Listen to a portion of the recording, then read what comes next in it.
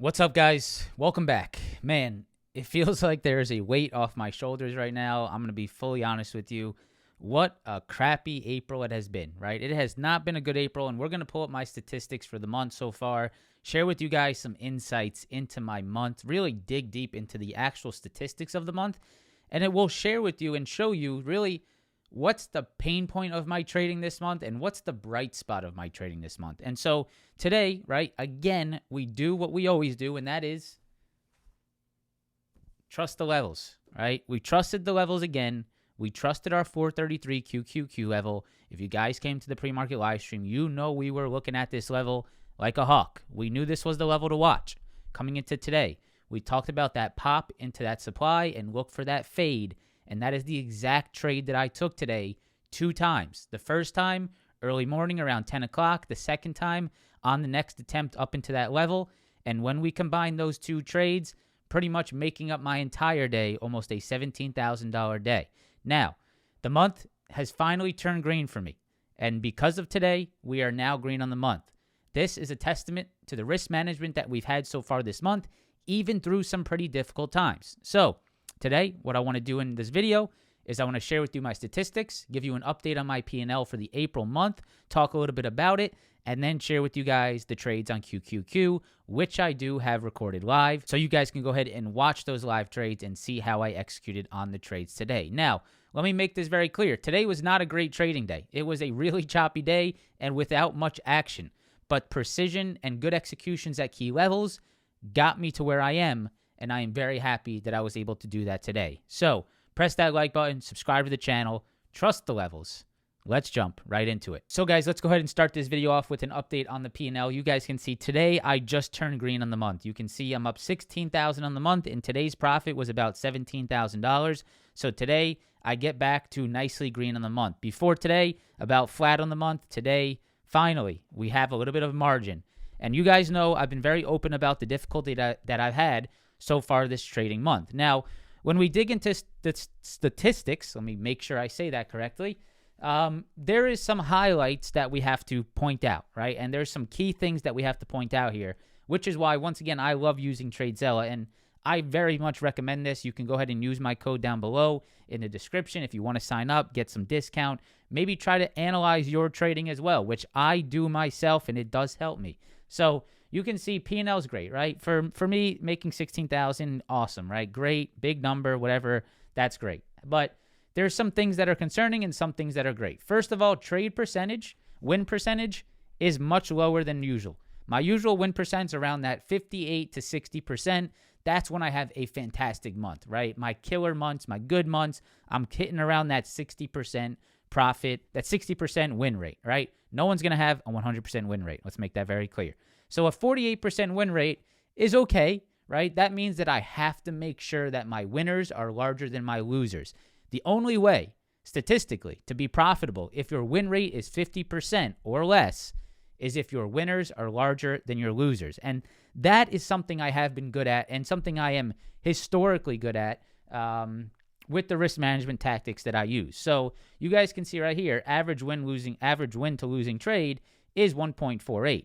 My average win is 2,500. My average loss is around 1,700. So that's good, right? That is a good statistic. That is good for me so far in April. Also, my profit factor is also positive as well. So I see good things and I see areas of improvement, right? So areas of improvement, all that I really need to work on this month to continue to increase that green number, that P&L number, is to work on my accuracy, right? And so the accuracy, I'm not surprised to see a 48% accuracy this month because it's been a pretty difficult trading month, right? A lot of choppy, a lot of back and forth, and it hasn't quite been, strong trends and you sort of know where the market's going to go the next day. It's been very jumpy back and forth, and in that type of action, I don't think it's that bad to have a little bit of a decreased win rate. Now, the key here is to not blow up on your losers, right? Make sure the losers are something that, hey, I'm wrong. Let me take this off. Let me make sure I understand, this trade is not working out as I expected, and let me cut this trade where it is. That is what I've done very well this month, and that is why I continue to battle. So pretty much the first 15 trading days, or the first 15 days of April, I have basically just kept myself alive, right? I've kept myself alive through risk management. I'm not making much money, but I am keeping myself alive and knowing that my strategy is good. What I do is right? And I will find those opportunities if I continue to grind and continue to trade this market. I will find those opportunities that will push my P&L where I want it to be. Today felt like that kind of day, right? And even though today wasn't that great of a trading day, right? It's sort of shocking that, and I'm shocked to myself that I was able to make $17,000 today in the action that we saw, but I just sort of got heavy on the rejections on 433, right? Let me be fully transparent with you. I went heavy on these rejections. So I was very confident in this level. I trusted the levels, which I always do, and it paid off for me very large today. So let me go ahead and pop in my broker. You can see right here, I'll go ahead and slide my broker over. Let me make sure I get the top in for you so you can see this is not a simulated account. Right here, it would say this is a simulated account. If it was, it's not. And you can see today a $17,692 profit, and majority of my profits all on QQQ. You guys can see right there, about $15,000 of my profits today came from the QQQ trades, and we have 2 of them. So let's now go ahead and review the 2 QQQ trades that I took today. So guys, this is the first trade, and this is the one that we do have recorded live, and you can see pretty much all I did, guys, was I trusted the fade at 433, and we'll go over the technicals here in just a moment, but you can see I was entering my puts up at that 433 area, taking profits into the scalp. Those contracts ran from around 182 to around the peak when I got out was 248. Overall, all in all, the win percent was about a 30% win, but, the peak of those contracts were a little bit higher, I think 35, 40%. I just was doing my job of scaling out. So this was the first trade. I have this trade recorded live. You guys are going to see that at the end of today's video. I just was fading the 433 level and scalping it to the downside. Now, if we go to the next QQQ trade, we'll go over to the next QQQ trade, which is the larger one. This was $11,000 profit, about a 37% all-in trade. The peak of the contracts, I think, were around 50%. And this was the exact same trade. There was no difference, right? My last trade was right here. This was my last fade trade right here, right? The last trade we just looked at was puts here and profits here. That was my last trade. What did I do again? I entered in some puts. I used my 433 stop loss, which was up here, and I took profits as we dropped to the downside for about a 37% profit, about $11,000. So I know you guys like to focus on, which I think is very important, like, okay, he made $11,000, but how much did he risk here, right? What was the most that he was drawing down on this trade as he was adding into this position, right? So you guys can see right here, I was definitely adding into my position, adding up to about 200 contracts, up to about a $30,000 position size, which is large, right? It's a large trade. And I was comfortable at the time. Well, first of all, let me show you my running P&L. So at the peak of my P&L, the peak loss of this trade was $3,500. So during this trade, guys, I was never panicked, right? Being down $3,500 with this type of a position size, that's about a 10% loss. So I was never that concerned about what I was going to lose if I got stopped out at 433. I liked the entries that I had, right? I positioned myself very nicely on these entries, right? I didn't enter the call or enter the puts down at the lows. I entered on peaks, right? I entered those contracts on peaks, right? So I knew, hey, every peak that I see here, every pop that I see here, I'm going to add a little bit more puts into my final position and look for that 433 rejection, which was right here, right? That's my 433 level. And I was looking to add into puts every time we pushed higher, looking for that eventual rejection. My peak drawdown was about $3,200. If I would have got stopped out, I think I probably would have lost anywhere from $5,000 to $6,000. So it's about a 2-to-1 here, right? It's still a good risk reward. And that was the peak of my drawdown. So that's how you can sort of see why I was comfortable in this trade. If I needed to lose $5,000 to make $11,000, I will do that all day. I had profits already on the day, right? I had that $4,000 or $5,000 QQQ trade before that $4,700 trade. So I got a little bit risky because I had those profits in my pocket. You can see my idea here, shorting up as we moved into that 433, got a very nice rejection to the downside, and took profits very quickly into that drop. So those were the two trades that we're going to talk about here. But now, if you're not sort of familiar with the technicals, let me go ahead and break down why I was watching the 433 level so closely today. So guys, this is the 4-hour chart on the QQQ, and there is a very clear low that was created pretty much all of April, all of March, all of April so far, all of March, and partial of February. And that was right around here at 433. You guys can see we had these lows here, we had these lows here, we had these very major lows here, and we had these general lows around that 433 again.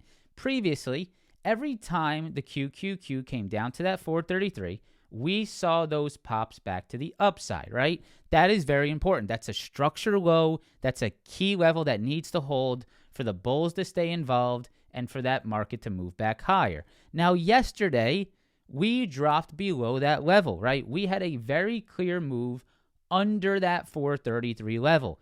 And so today, what am I looking for, right? My strategy is looking for breaks of key levels, retests of key levels, and looking for that level to now turn into a rejection, or let's say turn into support if this was a flipped chart, right? So if it was a previous rejection point, I am looking for it to break, come back down, turn into support.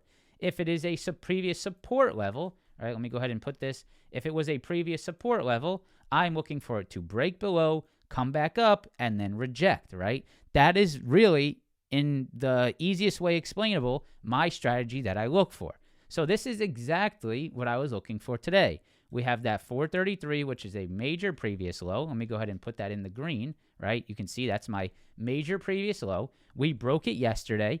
So what am I looking for? I'm looking for a break, a retest of that level, and then looking to see if there is rejections off that level. And so let me go ahead and zoom in to the 5-minute chart, or actually let's go to the 2-minute chart, because that's really where I traded QQQ today. Now, let me once again say, right, I will not, the continuation was nothing special today. That's definitely something that needs to be said. So I can't, I can't say, oh my God, I took a huge rejection and I can't believe how much it went, because that's not really what happened, right? Really what happened was we just continued to reject this level the entire day, right? So here's your 433 level.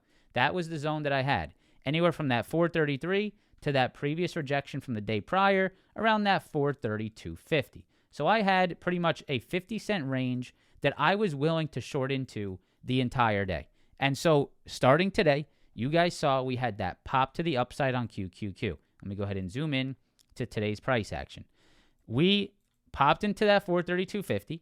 We started to get near my 432.50, 433 supply, and I started to take my puts, right? That was the first trade. So let me go back to this QQQ, and that was right here, right? The first trade of the day, the $4,700 profit was this one right here. It was a pop into that rejection and a profit take on the fade. You can see we popped into it. I took my puts. I trusted that level, and I was able to profit on that move. Now, the next one, right, was right here. I started to see us popping, slowly moving higher into this rejection point.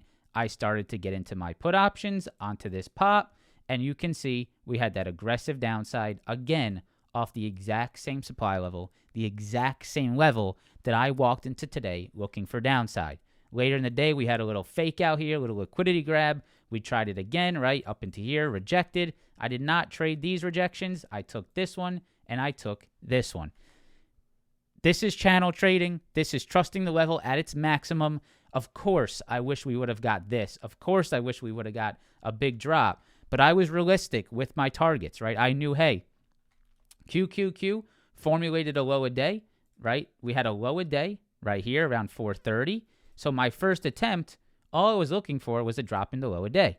My second attempt, all I was really looking for was a drop into low a day, but I started to see this getting held, and I said, you know what? Let's grab those profits. That's a major $11,000 profit. So if you're going to play supply rejections on a day like today, where you are trading shorts back into the lows, back into the lows, back into the lows, let's have realistic expectations that, hey, the market's been trading sideways. If I'm going to short a supply high, let's have quick scalps in mind. Let's not look for that big home run type trade. So that really is my day. I wanted to make this video just to share with you the trades that I took, how I navigated the channel today, the QQQ puts that really made my day bright green.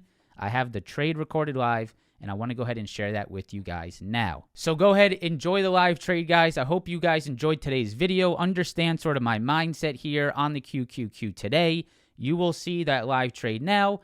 We'll see what happens at this 433 tomorrow. This will be a key level being in focus over the next few trading days into end of week. So hope you guys have a great night. Thank you for watching. Enjoy the live trade, and I will see you in the next one.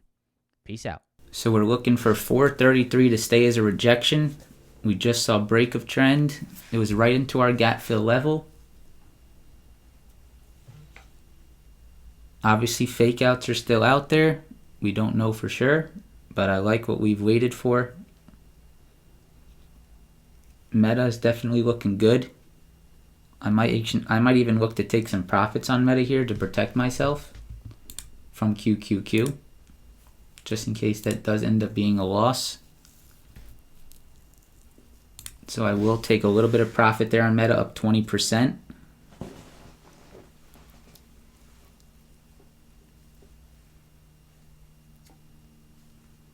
And now I'm looking for that QQQ fade.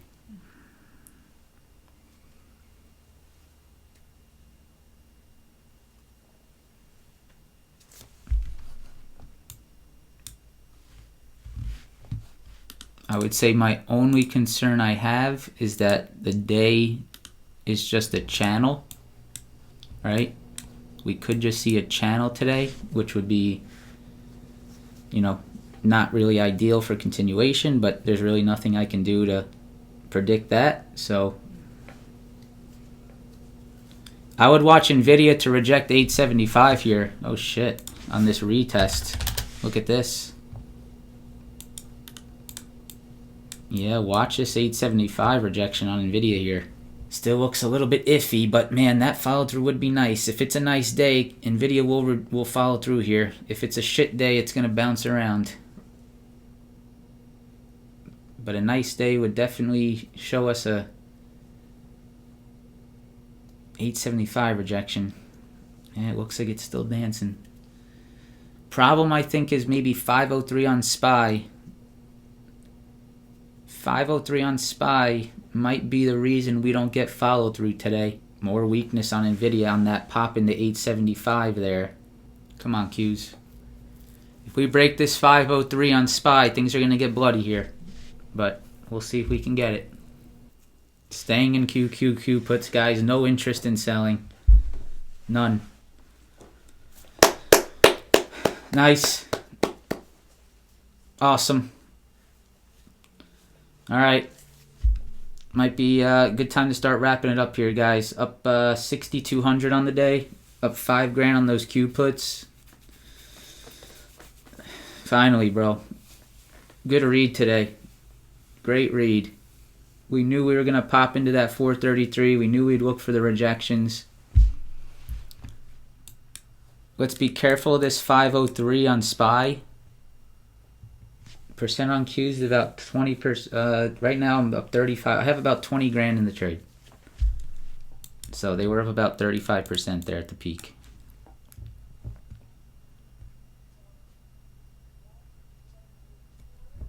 I'm still holding. 503. I'm going to look for the 503, guys. Okay, staying in Q puts. This might be a 503 break. Let's look for it. Staying in for now.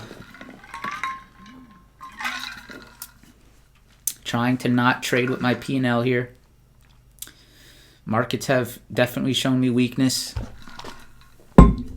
503 break on SPY.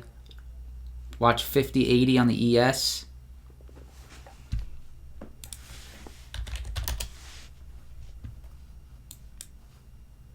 What an awesome rejection on Coinbase on that pop. 503 is wicking a little bit. All right, I'm going to take some profits on the Q puts here, guys. I don't like that SPY wick. So I'm thinking the right thing is take some profits here. Nice NVIDIA. NVIDIA weakness is good for Q puts. Nice NVIDIA. Anyone grab NVIDIA? Beautiful 875 retest trade. Very nice. Look to take profits into 863.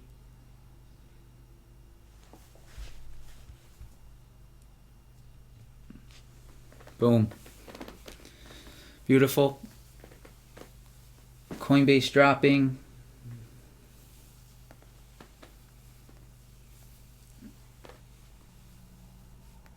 Up 45% on Q puts.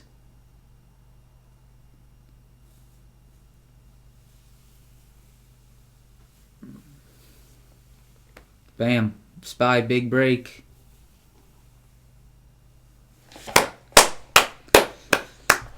Feels good to be back, man. Feels good to be back.